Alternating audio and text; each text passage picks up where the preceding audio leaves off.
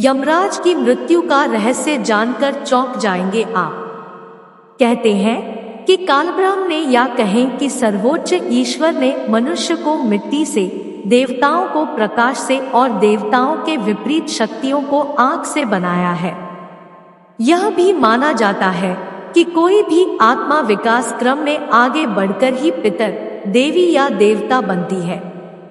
यह भी माना जाता है कि प्राचीन काल में सभी देवता सशरीर धरती पर ही रहते थे और उन्हीं का तप शासन भी था। देवता और असुरों में युद्ध होता रहता था। यह भी कहा जाता है कि उस काल के मनुष्य या देवतुल्य लोगों की औसत उम्र 500 वर्ष होती थी। यह जानने के बाद अब हम जानते हैं मृत्यु के देवता यमराज की मृत्यु का रहस्य।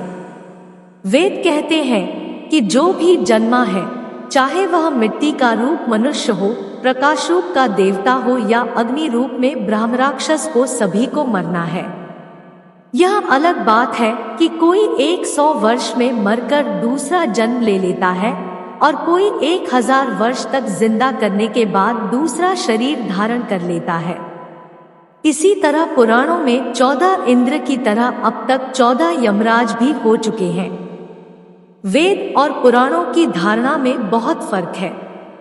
पुराणों के अनुसार बहुत से देवी या देवताओं को सृष्टि संचालन हेतु परमेश्वर ने भिन्न भिन्न कार्यों के लिए नियुक्त कर दिया था या है। जैसे ब्रह्मा सृष्टि करता है तो विष्णु उसके पालन करता और शिव सभी संहारक शक्तियों के स्वामी हैं, अर्थात वे मृत्यु और प्रलय के देवता हैं। हिंदू मानते हैं कि ब्रह्मा हमें इस सृष्टि में लाने वाला है, विष्णु पालने वाला है और शिव ले जाने वाले हैं। इसी तरह इंद्र बारिश, विद्युत और युद्ध को संचालित करते हैं।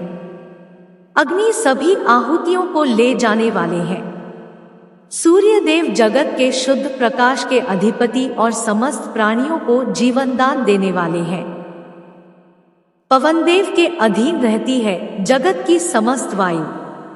वरुण देव का जल जगत पर शासन है। कुबेर धन के अधिपति और देवताओं के कोषाध्यक्ष हैं। मित्रदेव देव और देवगणों के बीच संपर्क का कार्य करते हैं। कामदेव और रति सृष्टि में समस्त प्रजन क्रिया के निदेशक हैं। अदिति और दिति को भूत, भविष्य, चेतना तथा उपजाऊपन की देवी माना जाता है। शिवपुत्र गणेश जी को देवगणों का अधिपति नियुक्त किया गया है। वे बुद्धिमत्ता और समृद्धि के देवता हैं। विघ्ननाशक की रिद्धि और सिद्धि नामक 2 पत्नियां हैं।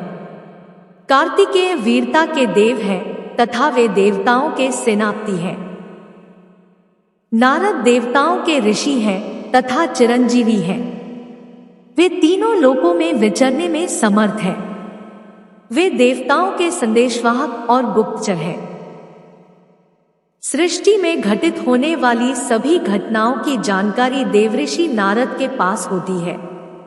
अंत में देवताओं में सबसे शक्तिशाली देव रामदूत हनुमान जी अभी भी सशरीर हैं और उन्हें चिरंजीवी होने का वरदान प्राप्त है। वे पवन देव के पुत्र हैं। बुद्धि और बल देने वाले देवता हैं। उनका नाम मात्र लेने से सभी तरह की बुरी शक्तियां और संकटों का खात्मा हो जाता है। इसी तरह यमराज सृष्टि में मृत्यु के विभागाध्यक्ष हैं। सृष्टि के प्राणियों के भौतिक शरीरों के नष्ट हो जाने के बाद उनकी आत्माओं को उचित स्थान पर पहुंचाने और शरीर के हिस्सों को 5 तत्व में विलीन कर देते हैं। वे मृत्यु के देवता हैं। चित्रगुप्त संसार के लेखाजोखा कार्यालय को संभालते हैं और यमराज स्वर्ग तथा नरक के मुख्यालयों में तालमेल भी कराते रहते हैं। इसके अलावा अर्यमन आदित्यों में से एक है और देह छोड़ चुकी आत्माओं के अधिपति हैं, अर्थात पितरों के देव। अब सवाल यह उठता है कि मृत्यु के देवा यमराज की कैसे मौत हो सकती है। तो आओ जानते हैं इस संबंध में एक पौराणिक कथा। इस संबंध में हमें कथा का भिन्न भिन्न वर्णन मिलता है। हम यहाँ प्रस्तुत करते हैं एक वर्णन संक्षिप्त में।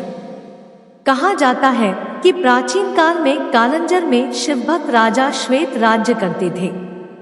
वृद्ध होने पर राजा श्वेत पुत्र को राज्य सौंपकर गोदावरी नदी के तट पर एक गुफा में शिवलिंग स्थापित कर शिव की आराधना में लग गए। अब वे राजा श्वेत से महामुनि श्वेत बन गए थे। एक निर्जन गुफा में मुनि ने शिव भक्ति का प्रकाश फैलाया था। श्वेत मुनि को न रोग था न शोक, इसलिए उनकी आयु पूरी हो चुकी है, इसका आभास भी उन्हें नहीं हुआ। उनका सारा ध्यान शिव में लगा था। वे अभय होकर रुद्राध्याय का पाठ कर रहे थे और उनका रोम रोम शिव के स्तवन से प्रतिध्वनित हो रहा था। आयु समाप्त होने के बाद यमदूतों ने मुनि के प्राण लेने के लिए जब गुफा में प्रवेश किया तो गुफा के द्वार पर ही उनके अंग शिथिल हो गए। वे गुफा के द्वार पर ही खड़े होकर श्वेत मुनि की प्रतीक्षा करने लगे। कहते हैं कि जब यमदूत बलपूर्वक श्वेत मुनि को वहां से ले जाने लगे तो वहां श्वेत मुनि की रक्षा के लिए शिव के गण प्रकट हो गए। भैरव ने यमदूत मृत्युदेव पर डंडे से प्रहार कर उन्हें मार दिया। इधर जब मृत्यु का समय निकलने लगा तो चित्रगुप्त ने यमराज पूछा, श्वेत अब तक यहाँ क्यों नहीं आया? तुम्हारे दूत भी अभी तक नहीं लौटे हैं। तभी कांपते हुए यमदूतों ने यमराज के पास जाकर सारा हाल सुनाया। मृत्युदेव की मृत्यु का समाचार सुनकर क्रोधित यमराज हाथ में यमदंड लेकर भैंसे पर सवार होकर अपनी सेना चित्रगुप्त आधिव्याधि आदि के साथ वहां पहुंचे। इधर शिवजी के पार्षद पहले से ही वहां खड़े थे। यमराज जब बलपूर्वक श्वेतमुनि को ले जाने लगे तब सेनापति कार्तिकेय ने शक्तिअस्त्र यमराज पर छोड़ा, जिससे यमराज की भी मृत्यु हो गई। यमदूतों ने भगवान सूर्य के पास जाकर सारा समाचार सुनाया। अपने पुत्र की मृत्यु का समाचार सुनकर भगवान सूर्य ब्रह्मा जी व देवताओं के साथ उस स्थान पर आए जहां यमराज अपनी सेना के साथ मरे पड़े थे। तब देवताओं ने भगवान शंकर की स्तुति की। तब भगवान शिव प्रकट हो गए। उनकी जटा में पतितपावनी गंगा रमण कर रही थी। भुजाओं में फुफकारते हुए सर्पों के कंगन पहन रखे थे। वक्षस्थल पर भुजंग का हार और कर्पूर के समान गौर शरीर पर चिताभस्म का श्रृंगार सुंदर लग रहा था। देवताओं ने कहा, भगवान यमराज सूर्य के पुत्र हैं।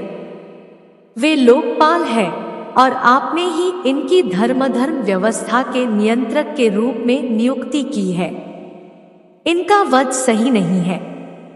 इनके बिना सृष्टि का कार्य असंभव हो जाएगा। अत सेना सहित इन्हें जीवित कर दे, नहीं तो अव्यवस्था फैल जाएगी। भगवान शंकर ने कहा, मैं भी व्यवस्था के पक्ष में हूँ। मेरे और भगवान विष्णु के जो भक्त हैं उनके स्वामी स्वयं हम लोग हैं। मृत्यु का उन पर कोई अधिकार नहीं होता। स्वयं यमराज और उनके दूतों का उनकी ओर देखना भी पाप है। यमराज के लिए भी यह व्यवस्था की गई है कि वे भक्तों को प्रणाम करें। फिर भगवान शिव ने देवताओं की बात मानकर यमराज को प्राणदान दे दिया। शिवजी की आज्ञा से नंदीश्वर ने गौतमी नदी का जल लाकर यमराज और उनके दूतों पर छिड़का, जिससे सब जीवित हो उठे। यमराज ने श्वेतमुनि से कहा, संपूर्ण लोकों में अजय मुझे भी तुमने जीत लिया है। अब मैं तुम्हारा अनुगामी हूँ। तुम भगवान शिव की ओर से मुझे अभय प्रदान करो। श्वेतमुनि ने यमराज से कहा, भक्त तो विनम्रता की मूर्ति होते हैं। आपके भय से ही सत्पुरुष परमात्मा की शरण लेते हैं। प्रसन्न होकर यमराज अपने लोक को चले गए। शिवजी ने श्वेतमुनि की पीठ पर अपना वरदेहस्त्र रखते हुए कहा, आपकी लिंगोपासना धन्य है श्वेत। विश्वास की विजय तो होती है। श्वेतमुनि शिवलोक चले गए। यह स्थान गौतमी के तट पर मृत्युंजय तीर्थ कहलाता है। मृत्यु को कोई जीत नहीं सकता। स्वयं ब्रह्मा भी चतुर्युगी के अंत में मृत्यु के द्वारा परब्रह्म में लीन हो जाते हैं। लेकिन भगवान शिव ने अनेक बार मृत्यु को पराजित किया है, इसलिए वे मृत्युंजय और काल के भी काल महाकाल कहलाते हैं। हर हर महादेव। अगर वीडियो पसंद आई तो हमारे चैनल को सब्सक्राइब करें। धन्यवाद।